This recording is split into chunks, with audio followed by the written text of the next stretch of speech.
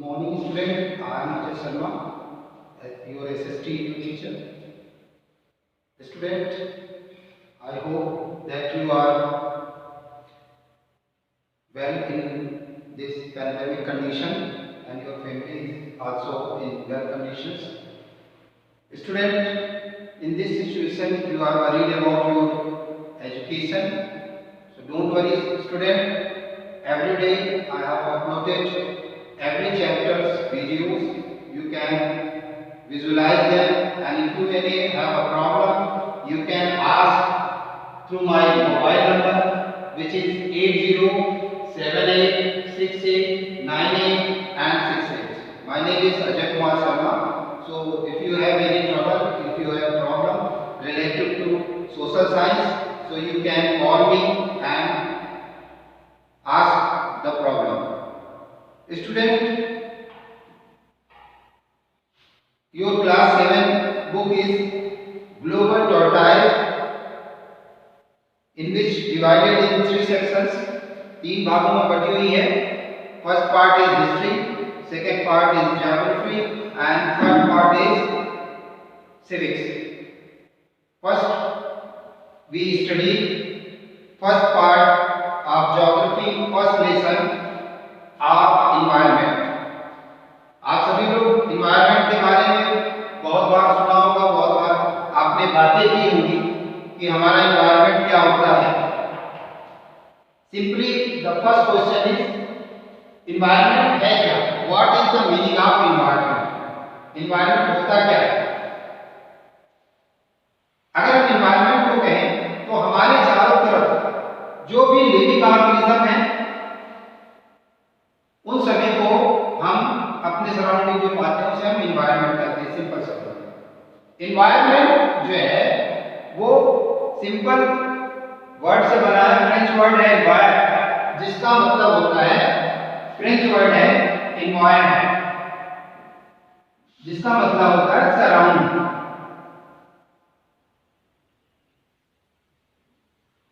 Means हमारे चारों तरफ जो भी लिविंग ऑर्गेनिज्म मिलते हैं उन सबको मिला के हम इन्वायरमेंट कहते हैं. इन्वायरमेंट वर्ड जो है वो डिफरेंट कंपोनेंट्स को कोरिलेट करता है, कनेक्ट करता है, और सिर्फ कनेक्ट ही नहीं करता है लेकिन जो है उनके बीच के ह्यूमन और एनवायरनमेंट के बीच में क्या रिलेशन है उसको भी शो करता है, उसको भी बताता है. तो सबसे पहले हम लोग कंपोनेंट ऑफ एनवायरनमेंट के बारे में बात करेंगे. अगर हम लोग कंपोनेंट ऑफ एनवायरनमेंट की बात करें तो 2 टाइप्स ऑफ कंपोनेंट्स होते हैं एनवायरनमेंट के. एक first natural environment and second man made environment. अब नेचुरल एनवायरनमेंट क्या होता है और मैन मेड एनवायरनमेंट क्या होता है? अगर हम लोग बात करें नेचुरल एनवायरनमेंट की, whatever we get the natural resources, जो भी हम नेचुरल रिसोर्सेज से प्राप्त करते हैं उसको हम नेचुरल एनवायरनमेंट कहते हैं. And man made environment means what?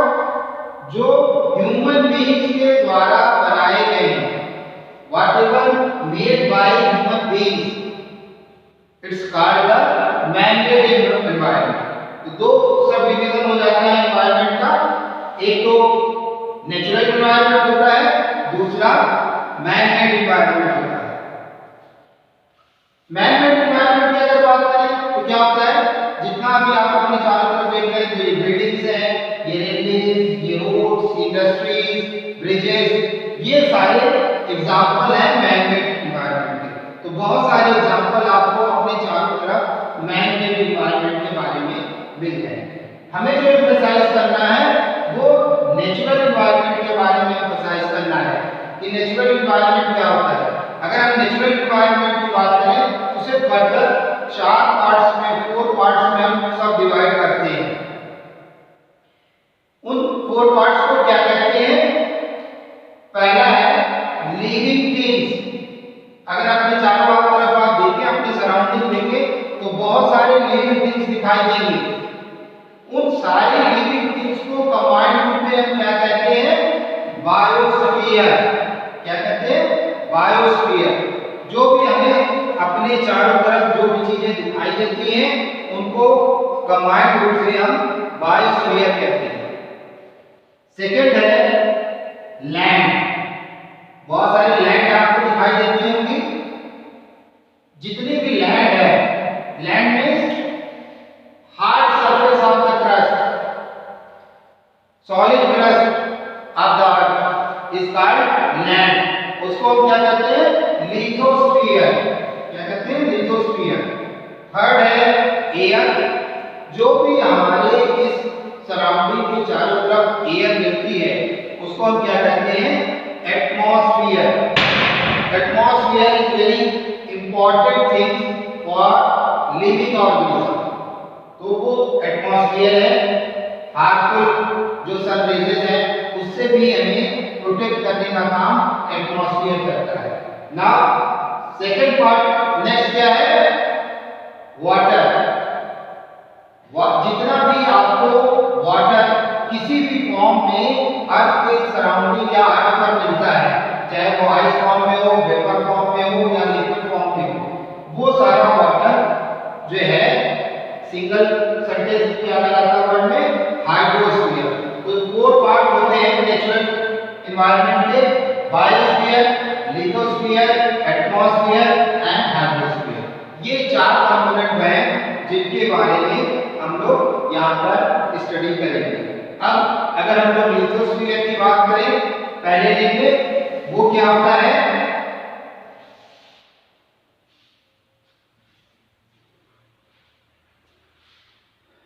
तो पहला है लिथोस्फीयर। लिथोस्फीयर क्या है? लिथोस्फीयर जो भी रॉकी आउटर मोस्ट लेयर है, या आप सिंपल फॉर्म में कह सकते हैं solid crust of the earth. क्या कह सकते हैं? Solid earth, solid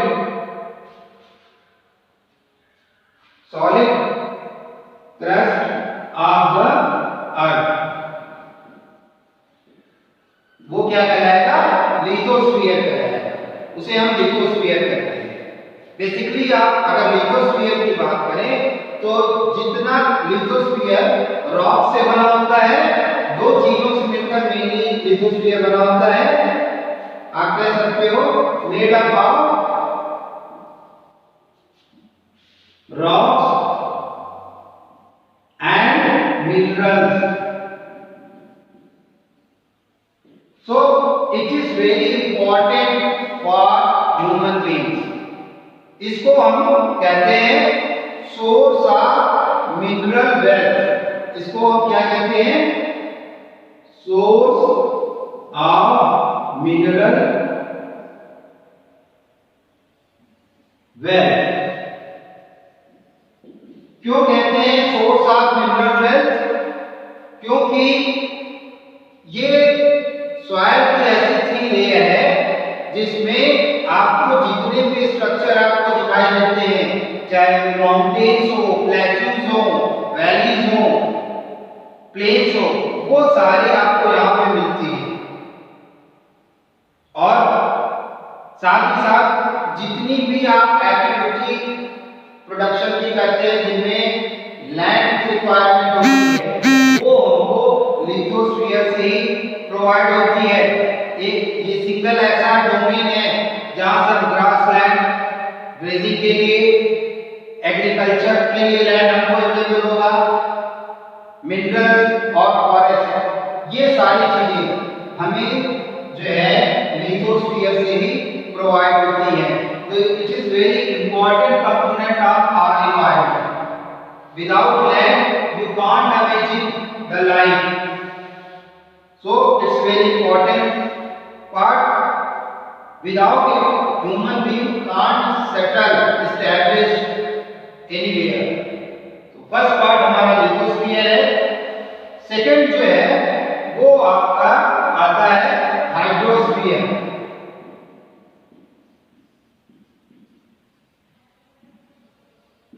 hydro means water. जितना भी हाइड्रोस्फीयर क्या है? हाइड्रोस्फीयर जो बनता है वो उसमें मेन कंटेंट क्या है? वाटर है, वाटर। तो हाइड्रोस्फीयर में सबसे मेन कंपोनेंट जो नेचुरल एनवायरनमेंट से आपको अवेलेबल होता है वो वाटर होता है। और जितने भी वाटर बॉडीज हैं इनमें आपको क्या क्या मिल जाएगी, रिवर्स हैं, लेक्स हैं, इस तरह की जितनी भी चीजें जो ओशियन है, सीज है, ये सारी चीजें जो है वाटर बॉडीज आपको अवेलेबल कराती हैं। ये एग्जांपल है, रिसोर्सेज हैं हाइड्रोस्फीयर के। अगर वाटर की बात करें तो वाटर आपको 3 स्टेट्स में मिलता है। किन 3 स्टेट्स में मिलता है? जनरली आप सभी को पता होगा, solid, liquid and gas form में। सॉलिड में जो आपका आइस फॉर्म में अवेलेबल होता है, लिक्विड की अगर बात करें तो वाटर के रूप में रहता है, और गैस की बात करें तो वेपर फॉर्म में आपको ये अवेलेबल होगा। तो 3 स्टेट्स आपको वाटर के अवेलेबल होंगे, which is very essential part of the human life. Without water you can't imagine the human life. Now comes on the third part, which is atmosphere.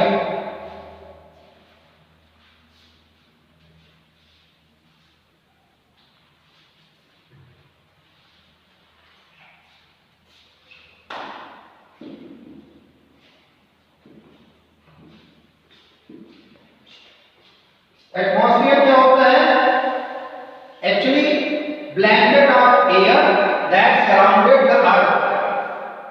Atmosphere को आप कह सकते हो blanket of air surrounded of the earth. ये क्या होता है? Atmosphere होता है, जो कि आपको पूरे आपके अर्थ के सराउंडिंग मिलता है। अब ये एटमॉस्फेयर क्यों अर्थ के सराउंडिंग होता है, उसके लिए बेटा एक सिंपल सा लॉजिक है या रीजन है, due to gravitational force. Only due to gravitational force हमारे चारों तरफ, हमारे अर्थ के चारों तरफ आपको एटमॉस्फेयर जो है अवेलेबल होता है। और एटमॉस्फेयर से में फायदा क्या होता है? अगर ये नहीं होता तो क्या होता है? Atmosphere protect from harmful ultraviolet rays. जितनी हार्मफुल रेज सन से रेडिएट होती हैं उनसे जो है हमको बचाता है। अगर एटमॉस्फेयर की बात करें तो इसमें होता क्या क्या है? अगर एटमॉस्फेयर की बात करें तो इसमें ये मिक्सचर होता है गैसेस का, गैस होती है, डस्ट पार्टिकल होगी एंड वेपर होगा। इन तीनों के कॉम्बिनेशन से ये एटमॉस्फेयर बना होता है, और जो कि हमें हार्मफुल अल्ट्रावायलेट रेज से बचाता है। अगर कोई चेंजेस एटमॉस्फेयर में होता है तो वो चेंजेस आपको वेदर और में क्लाइमेट में वो चेंजेस आपको जो होता है वो आपको दिखाई देता है, और उसका इफेक्ट अर्थ के क्लाइमेट और वेदर पर भी पड़ता है। अगर इसकी बात करें तो बेसिकली एटमॉस्फेयर की 5 लेयर्स होती हैं।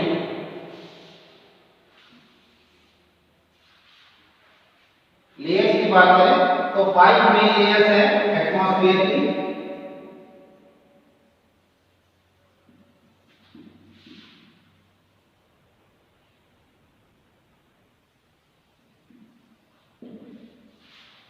एटमॉस्फेयर की 5 लेयर है। पहला है ट्रोपोस्फियर, सेकंड है स्ट्रेटोस्फियर, थर्ड है मेसोस्फियर, फोर्थ है थर्मोस्फियर एंड लास्ट है एक्सोस्फियर। अगर इसको हम क्रम से देखें तो अर्थ के सबसे नजदीक ट्रोपोस्फियर है, जो कि 0 to 12 किलोमीटर है। उसके बाद स्ट्रेटोस्फियर आता है जो 12 to 50 किलोमीटर के बीच में है। थर्ड मेसोस्फियर आता है जो 50 to 80 किलोमीटर है के बीच में पाया जाता है। नेक्स्ट थर्मोस्फियर है जो कि 80 to 700 किलोमीटर और उसके एबव जितना है वो एक्सोस्फीयर के रूप में जाना जाता है। नेक्स्ट एक टर्म्स आता है बायोस्फीयर।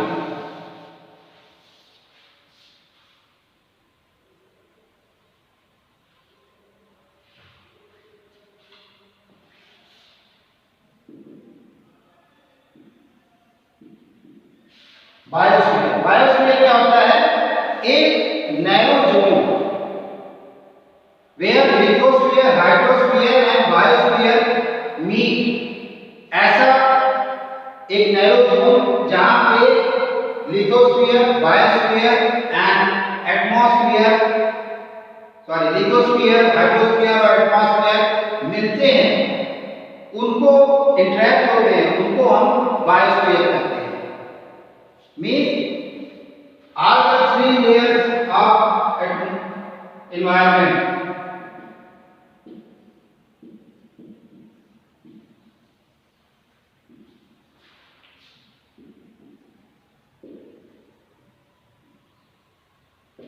कौन कौन सी?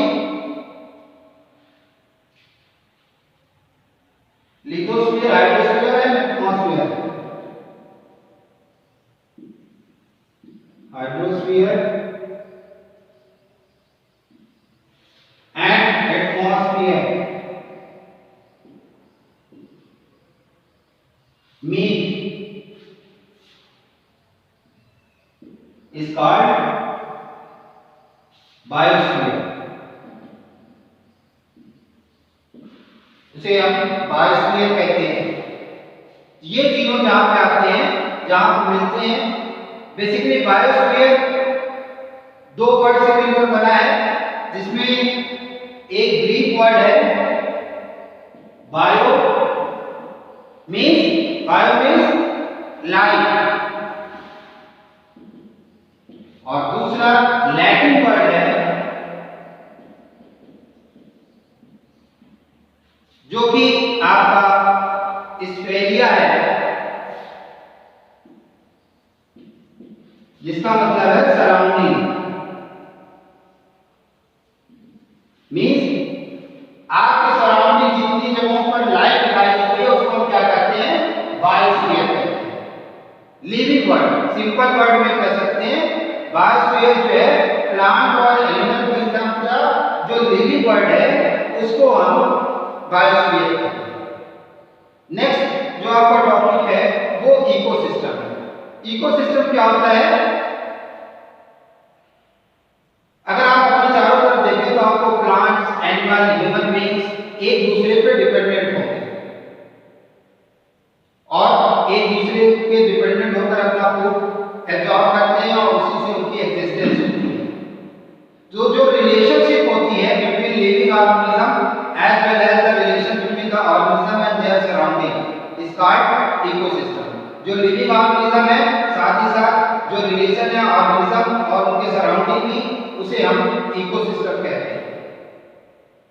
अगर आप एक छोटे से पॉन्ड्स का एग्जांपल लें इकोसिस्टम के, तो आपको डिफरेंट स्पीशीज मिलेंगी जिनमें फिश है, फ्रॉग है, एल्गी है, वाटर है, प्लांट्स जिनमें लोटस है, लिली है, लाइफ है। ये सारे एक दूसरे पे डिपेंडेंट होते हैं और अपना सर्वाइवल करते हैं। तो इनको हम अलग अलग बहुत सारे इकोसिस्टम आपको देखने को एटमॉस्फेयर में और जो है आपको देखने को मिलेंगे।